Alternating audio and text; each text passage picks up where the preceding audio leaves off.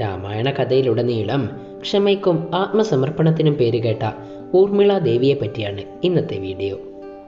വിദേഹ രാജകുമാരിയായ ഊർമിള സർപ്പദേവതയായ നാഗലക്ഷ്മിയുടെ അവതാരമായാണ് കണക്കാക്കപ്പെടുന്നത്. വിദേഹ രാജ്യത്തിൻ്റെ തലസ്ഥാനമായ മിഥിലയിലെ ജനക മഹാരാജാവിൻ്റെയും സുനയന രാജ്ഞിയുടെയും മകളായാണ് ഊർമിള ജനിക്കുന്നത്. ശേഷനാഗത്തിൻ്റെ പത്നിയായ നാഗലക്ഷ്മിയുടെ ഒരു അവതാരമാണ് ഊർമിള. മൂത്ത സഹോദരിയായ സീതയെ മാതാപിതാക്കൾ ദത്തെടുത്ത ശേഷം വന്ന ഒരു ജയ ഏകാദശിയിലാണ് ഊർമിള ജനിക്കുന്നത്.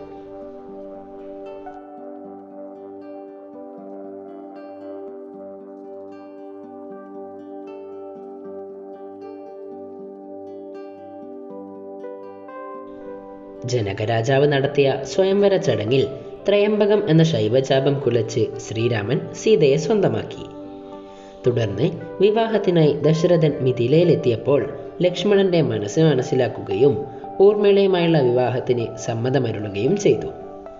അങ്ങനെ ഭരതന്റെയും ശത്രുഘ്നന്റെയും വിവാഹശേഷം ലക്ഷ്മണന്റെ വിവാഹം നടത്തുകയും ചെയ്തു.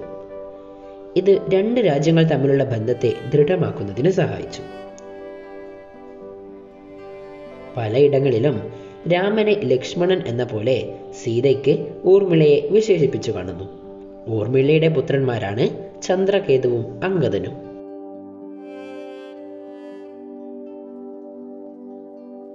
വിവാഹശേഷം കുറച്ചുകാലം കഴിഞ്ഞപ്പോൾ തന്നെ കൈകേയി തൻ്റെ ദാസി മന്ദരയുടെ പ്രേരണയാൽ രാമനെ വനവാസത്തിനയക്കാനും ഭരതനെ രാജാവാക്കാനും ദശരഥനെ നിർബന്ധിച്ചു.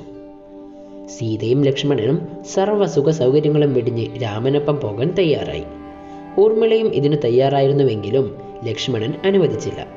തൻ്റെ മാതാപിതാക്കളെ സേവിക്കുന്നതിനും മറ്റുമായി കൊട്ടാരത്തിൽ തന്നെ തങ്ങാൻ ലക്ഷ്മണൻ ആവശ്യപ്പെട്ടു. അങ്ങനെ ലക്ഷ്മണന് തടസ്സങ്ങളില്ലാതെ സഹോദരനെയും സഹോദര പത്നിയെയും സേവിക്കാം.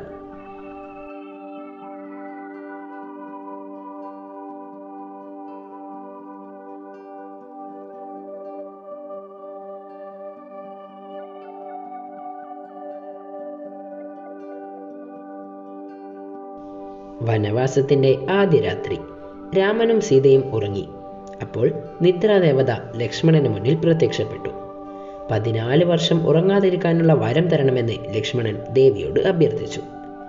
എന്നാൽ അതിനു പകരം മറ്റൊരാൾ 14 വർഷം ഉറങ്ങേണ്ടി വരുമെന്ന് ദേവി മറുപടി പറഞ്ഞു. ഈ ദൗത്യം പൂർണ്ണ മനസ്സോടെ ഊർമിള സ്വീകരിക്കുകയും 14 വർഷം നീണ്ട നിദ്ര ആരംഭിക്കുകയും ചെയ്തു. തൻ്റെയും ഭർത്താവിൻ്റെയും നിദ്ര പൂർത്തീകരിക്കുന്നതിനായി അവൾ 14 വർഷം ഉറങ്ങി. അങ്ങനെ വനവാസം കഴിഞ്ഞെത്തിയ ലക്ഷ്മണൻ അവളെ വിളിച്ചുണർത്തുകയും ഊർമിള ശ്രീരാമന്റെ പട്ടാഭിഷേകം കാണുകയും ചെയ്തു. സീതാദേവിക്ക് നൽകിയ വാക്കനുസരിച്ച് ലവകുശന്മാരെയും തൻ്റെ പുത്രരായ അംഗദനെയും ചന്ദ്രകേതുവിനെയും നോക്കി ഒരുപാട് കാലം അയോധ്യയിൽ ജീവിച്ചു. പിന്നീട് സരയൂ നദിയിൽ സമാധിയായി.